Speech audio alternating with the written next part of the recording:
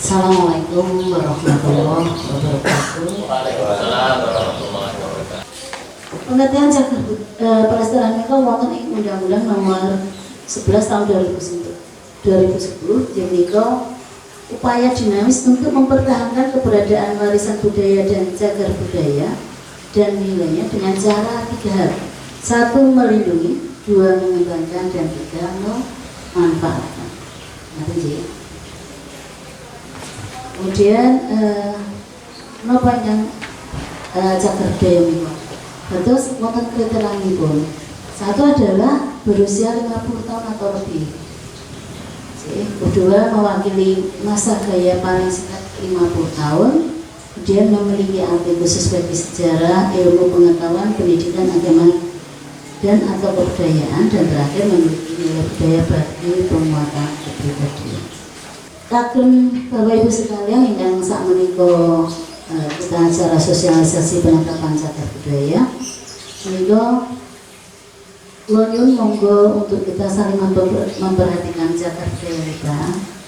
Kalau ada diduga ada cagar budaya ditemukan di panjenengan, monggo melaporkan ke kami. Kemudian nanti akan kita laporkan ke Balai Cagar Budaya untuk kita tetapkan sebagai cagar budaya. Kami ingatan saking kula udah kula langsungkan, nanti kita bisa lebih mengantarkan diri dengan saling memberi informasi. Kami ingatan warga kula semangatkan. Assalamualaikum warahmatullahi wabarakatuh. Waalaikumsalam.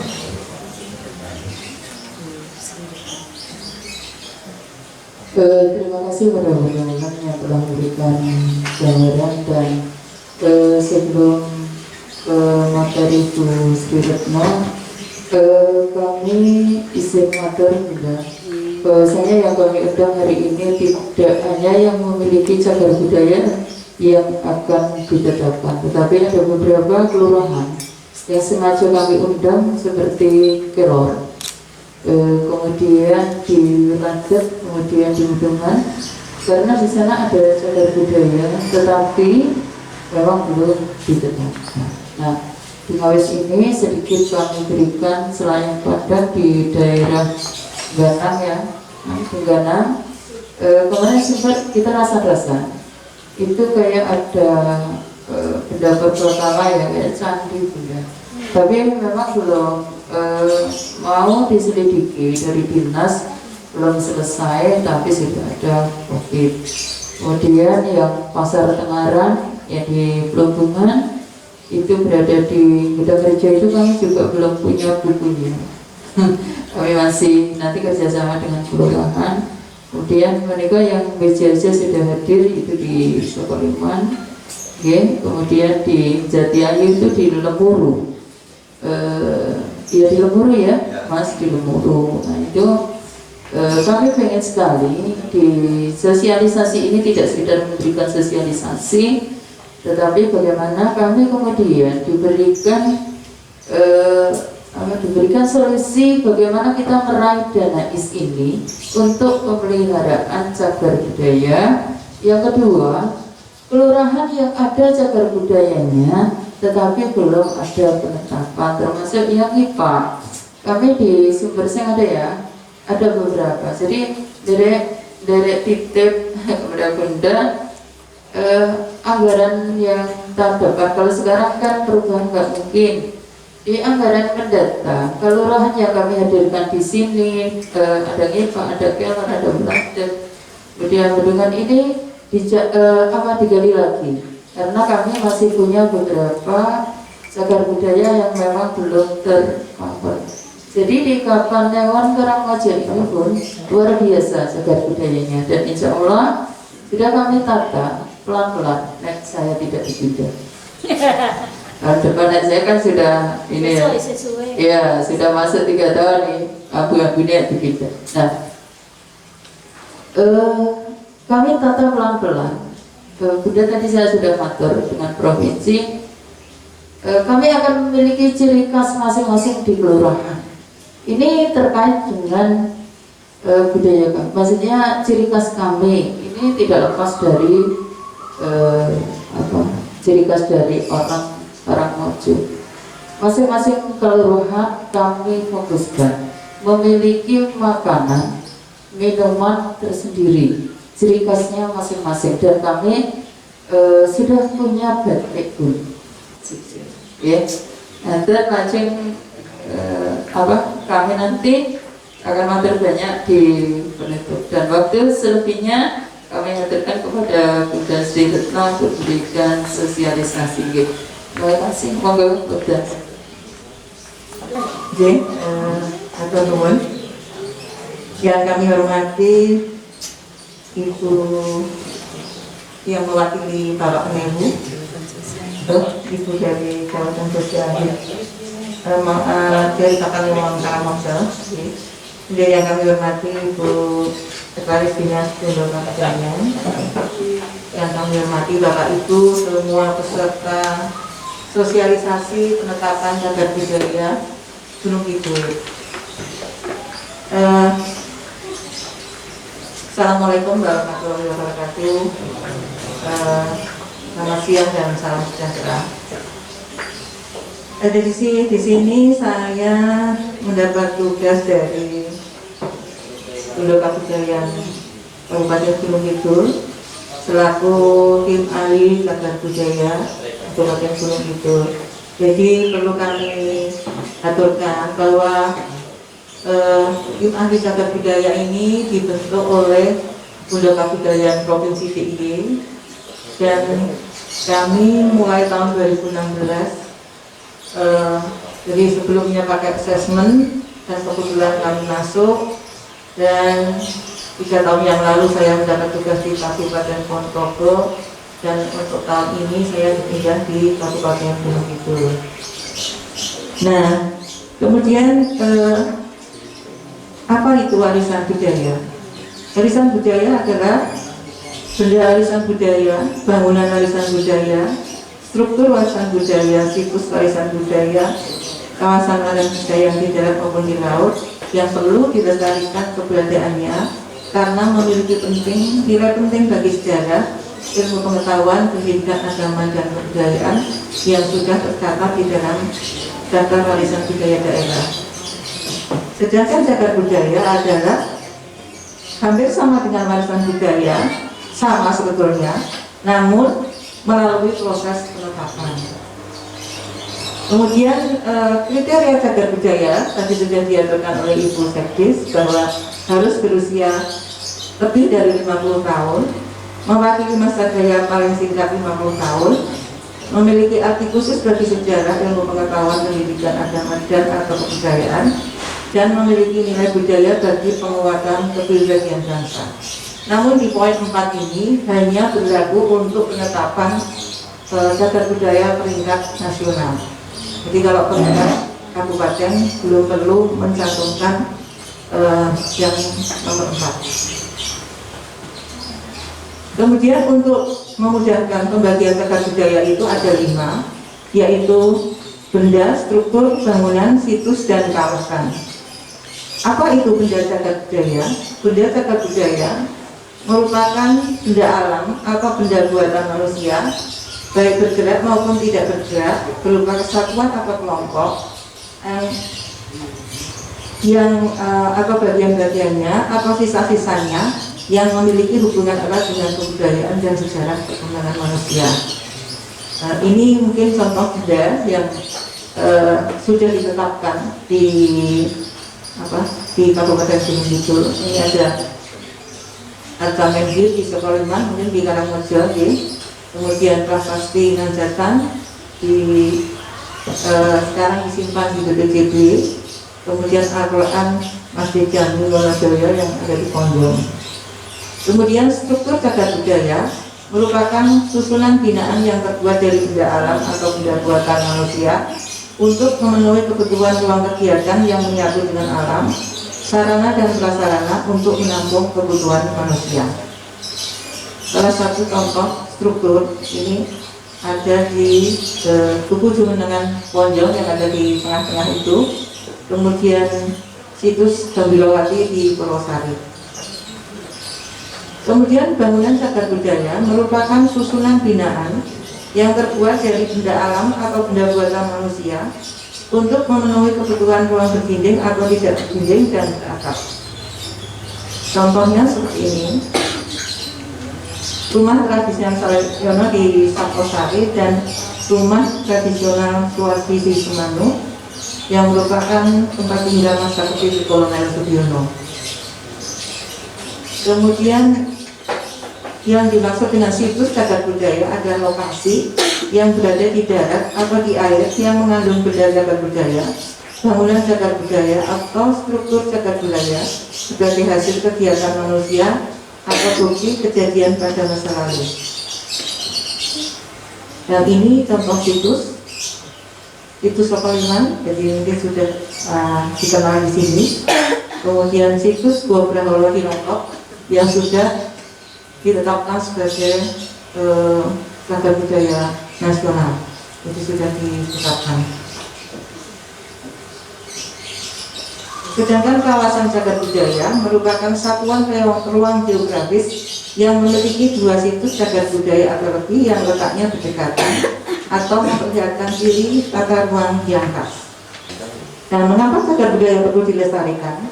Karena sifatnya yang terbatas, tidak tergantikan, cukup langka, seringkali ditemukan dalam keadaan rapuh atau rusak, unik, dan sifat-sifatnya cagar budaya dilestarikan dengan cara melindungi, mengembangkan, dan memanfaatkan. Dan pemanfaatan ini untuk kesejahteraan masyarakat. Jadi saya kira untuk lingkup cagar budaya di Gunung Kidul ini dari prasejarah hingga kemerdekaan ini cukup lengkap. Untuk pelestarian cagar budaya, perlindungan yaitu mencegah, menanggulangi dari kerusakan, kehancuran, dan pemusnahan dengan cara penyelamatan, pengamatan, zonasi, pemeliharaan, dan pengusahaan cagar budaya. Sedangkan untuk pengembangan yaitu peningkatan potensi nilai informasi dan promosi cagar budaya serta pemanfaatannya melalui penelitian, revitalisasi, dan adaptasi secara berkelanjutan serta tidak bertentangan dengan tujuan pelestarian.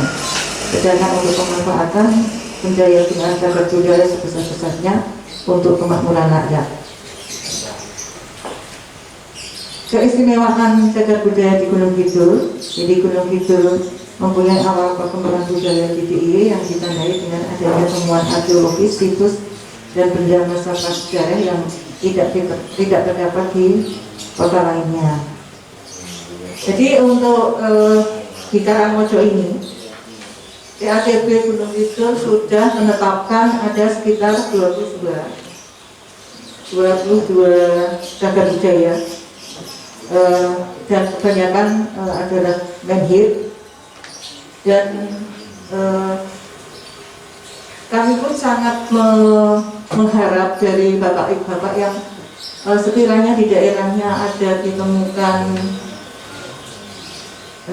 seperti cagar budaya, namun mohon dilaporkan dahulu ke dinas, baru dinas nanti akan melakukan peninjauan, dan nanti tim ahli cagar budaya yang akan mengkaji apakah ini masuk cagar budaya atau bukan. Jadi kita harus bersinergi dengan beberapa latar belakang ilmu, baik dari sejarah, dari arkeologi, kalau bangunan tentu dari arsitektur, dan kita akan bisa menentukan apakah ini cagar budaya atau bukan. Jadi benda-benda cagar budaya di Gunung Kidul secara hukum dilindungi oleh Undang-Undang Nomor 10 Tahun 2011 tentang cagar budaya, pengelolaan cagar budaya yang diamanatkan sesuai peringkatnya. Pelestarian cagar budaya merupakan tanggung jawab pemerintah, akademisi, dan masyarakat. Cagar budaya dan warisan budaya adalah milik kita. Kalau bukan kita sendiri yang memelihara, maka warisan tersebut akan punah. Kalau sudah punah, kita akan belajar kemana? Tidak bisa belajar di rumah sendiri begitu. Kemudian untuk pemanfaatan cagar budaya dan warisan budaya sebagai bagian dari pelestarian warisan budaya sebesar-besarnya untuk kemakmuran rakyat dan kepentingan pembangunan karakter bangsa seperti pendidikan dan pariwisata, budaya, termasuk diantaranya adalah generasi muda. Mungkin kita akan diskusi saja ya Pak, agar bisa lebih mengena sebetulnya, karena saya sendiri di sini baru setahun dan ini mungkin Mas Ari yang arkeolog yang sejak 2016 yang sudah malang melintang di Kabupaten Gunung Kidul untuk selalu datang ke lokasi di mana ada laporan bahwa di sana ada ditemukan, baru beliau nanti ke sana untuk cek, kemudian akan diteliti. Karena umpamanya ini ada joglo. Nah, ini lama apa tidak? Nah, ini juga nanti arsitektur akan meneliti. Kemudian umpak-umpak ini pun lama atau bukan? Ini nanti akan dites melalui labnya BPCP. Nanti kita akan ke sana. Kemudian arca-arca ini biasanya kalau di sini untuk batu putih, karena di sini banyak batu putih. Jadi candi arca mesti biasanya kalau belum tidur keunikannya batu putih. Karena di sini nggak akan ditemukan batu seperti batu kali seperti di Borobudur. Jadi ini memang perlu pengkajian dan baru bisa ditetapkan. Dan siapa yang menetapkan itu nanti Bupati. Jadi namun selama ini belum pernah Bupati menolak dari apa kajian PATB bahwa ini bukan atau diragukan gitu. Mungkin untuk sementara demikian akan yang saya sampaikan, kita diskusi bersama karena kita juga baru belajar, saling belajar untuk bisa menentukan apa ini kriteria dari cagar budaya itu. Sekian, wassalamualaikum warahmatullahi wabarakatuh.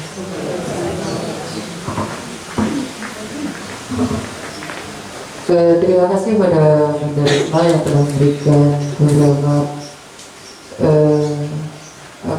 materi ya, tentang cagar budaya, dan sedikit demi sedikit kita bisa belajar. Yang terpenting di sesi ini kita akan diskusi. Yang pertama yang saya harapkan bahwa nanti dari tadi sudah disebutkan ya, sudah tercatat itu situs Kaliman, kemudian rumah tradisional Sastrowi Harjo Ngawis, tepatnya di mana saya juga belum tahu. Kemudian Arja ada Gua Longok itu di Gondang ya. Kemudian yang di Lemuru Jatiayu, kemudian ada fragmen lainnya dan Pasar Tengaran. Yang harus kita diskusikan yang pertama adalah dari Bejarjo, Jatiayu, Ngawis, Gedarejo, masih adakah yang perlu nantinya kita catat, kita atur ke provinsi cagar budaya mana yang belum pernah dicak? Itu. Yang kedua, bagi Bedungan, Wiladeg, Kelor, Nyipa, monggo dicatat juga, karena kesempatan biar nanti ini ternyata ada joglo, ternyata ada arca, ternyata ada benda lainnya, ini monggo langsung diaturkan. Nanti silakan dari kita langsung sharing, bentuknya sharing boleh tanya apa boleh, silakan. Dari kelompok paling barat kami berikan 3 penanya, monggo. Dari sebut nama dan asal kelurahannya. Assalamualaikum warahmatullahi wabarakatuh. Nama Fakulti dari Kelurahan Nyipa. Yang pertama hanya meluruskan itu cagar budaya yang rumah joglo yang siswa Dwi Sastro itu bukan Ngawis itu, tapi Nyipa itu. Untung hadir. Dilihat dari rumahnya itu dari Nyipa itu. Jadi Pak Sastro itu. itu tepatnya di sebelah calon RSI Bu. Belakangnya Pak Turut, Sate Turut. Oh, Pak mantan lurah. Ya, mantan lurah Bu.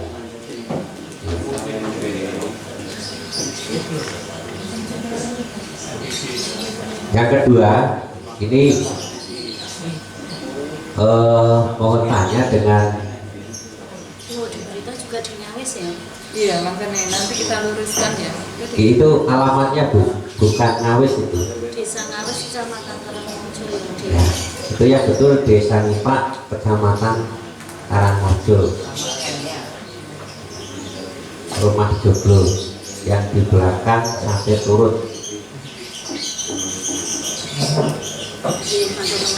Yang kedua, ini saya mau tanya, apakah di tempat Desa Ngipak kan ada makam itu keturunan dari Mataram, namanya makam Dumang, Mangun Dikoro 1 dan Mangun Dikoro 2. Apakah itu nanti termasuk situs atau tidak? Karena di dalam buku sejarah berdirinya Ngipak itu kami tulis bahwa Mangun Dikoro 1 itu adalah salah satu Dumang yang pertama kali untuk pendirian di Desa Ngipak. Yang kedua, ini baru saja kami mendapatkan informasi bahwa di Dusun Karangwetan itu ada tapak jaran Sembrani. Baru saja kemarin saya mendapat informasi, tapi untuk kepastiannya insya Allah nanti setelah saya pulang dari sini akan kami lihat Bu. Mungkin itu dari saya. Assalamualaikum warahmatullahi wabarakatuh. Jadi saat pun pulau serahkan kalian tim ahli pun akan Bapak Ibu ketika melihat curhatan panjenengan sampaikan tadi, panjenengan kami dari Dinas Pendidikan mengucapkan terima kasih. Artinya panjenengan sampun masuk dalam kategori untuk ikut memelihara cagar budaya. Setelah panjenengan menyampaikan nanti, tolong apa yang ada di tempat panjenengan nanti dikumpulkan satu di kecamatan di Kapanewon, biar nanti terpotret di Kapanewon Karangmojo atau Menopo. Akan jadi angka pertama. Artinya dengan semua cerita panjenengan nanti, maka kita akan melakukan identifikasi. Kemudian kaitan pun setelah identifikasi nanti tim TACP akan melihat apakah ini pohon kayak Pak yang digantikan Mas dari Karang Taruna Mas Desa Bendungan, apakah itu masuk cagar budaya atau tidak? Karena sebenarnya itu masuk tradisi. Nah, jadi jangan terkecoh antara ada tradisi kayak Mbak dari Karang Taruna itu, jangan terkecoh antara tradisi yang di kali tadi tradisi belum tentu itu masuk sebagai cagar budaya nanti. Jadi kalau tradisi ya nanti ikut kegiatannya tradisi bukan cagar budaya. Tapi yang terpenting adalah panjenengan sudah membantu kami untuk identifikasi. Nanti akan kita pilah mana yang itu masuk adat dan tradisi, mana yang memang bisa ditetapkan sebagai cagar budaya. Maka ini cagar budaya nanti pengolahannya ada di mana? Bisa ada di BPJB, bisa ada di kabupaten. Nah, nanti akan kita pilah dan pilih mana yang akan menjadi domainnya. Terus situs Sokoliman, situs Sokoliman itu memang lokasinya ada di gunung, maka menjadi situs yang berada di wilayah Kabupaten Gunung Kidul. Tetapi pengelolaan, pemeliharaan dan sebagainya ini kemarin sudah saya hibahkan ke BPJB karena tanahnya adalah tanah BPJB.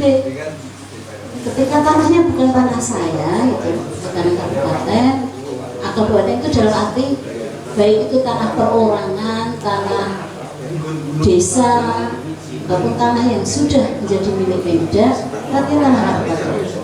Tapi tanah ketika itu sudah Desa Koleman, mereka menjadi tanahnya BPCB. Maka pengelolaannya kemauan itu ada di BPCB. Nanti kita akan pilih karena BPCB dengan Dinas Kebudayaan adalah partner yang bersama-sama untuk mengamankan cagar budaya. Jadi masukan panjenengan kalau mau lebih dilengkapi dengan narasi dan sebagainya, kemudian nanti sampaikan ke Kapanewon melalui burung ini. Nah, nanti kita akan menentukan sikap mereka masuk cagar budaya atau nanti kita bantu di sisi pelaksanaan adat tradisi. Nah, dan yang selanjutnya untuk kegiatan Karang Taruna, Kepala Bidang Warisan Budaya Pak Agus Mantoro sangat komitmen dengan Karang Taruna. Saat ini memang Karang Taruna sudah kita akomodir di kegiatan baik olahraga, kemudian kegiatan yang lain. Nah, jangan lupa ketika panjenengan melakukan kegiatan ini selalu koordinasi dengan kelurahan dan kecamatan. Demikian juga dengan kelurahan. Jangan diucul dewi ke kami, tapi melalui Kapanewon, karena kita ingin menjadi satu tubuh. Jangan yuk muncul di dewi. Kalau kita menjadi satu tubuh, maka kekuatan kita lebih banyak, lebih besar untuk meraih anggaran. Jadi intinya panjenengan sudah mengidentifikasi, nanti bola sudah terlempar ke saya gitu. Nanti saya coba untuk melempar bola itu tepatnya di mana? Atau akan menjadi apa? Nanti terima kasih karena satu persatu sudah memberi masukan ke kita. Bagi dinas nanti kita setelah identifikasi maka kita akan melakukan pertemuan, kemudian nanti tim PACB yang akan memastikan bahwa itu cagar budaya. Terima kasih atas kerawan penjenengan. Semoga nanti amal kebaikan penjenengan, ilmu yang penjenengan dapat hari ini bisa bermanfaat. Senantiasa kita menjadi orang-orang yang bermanfaat bagi lingkungan ini. Dengan sikap duduk di tempat masing-masing, berdoa dipersilakan. Doa selesai, terima kasih.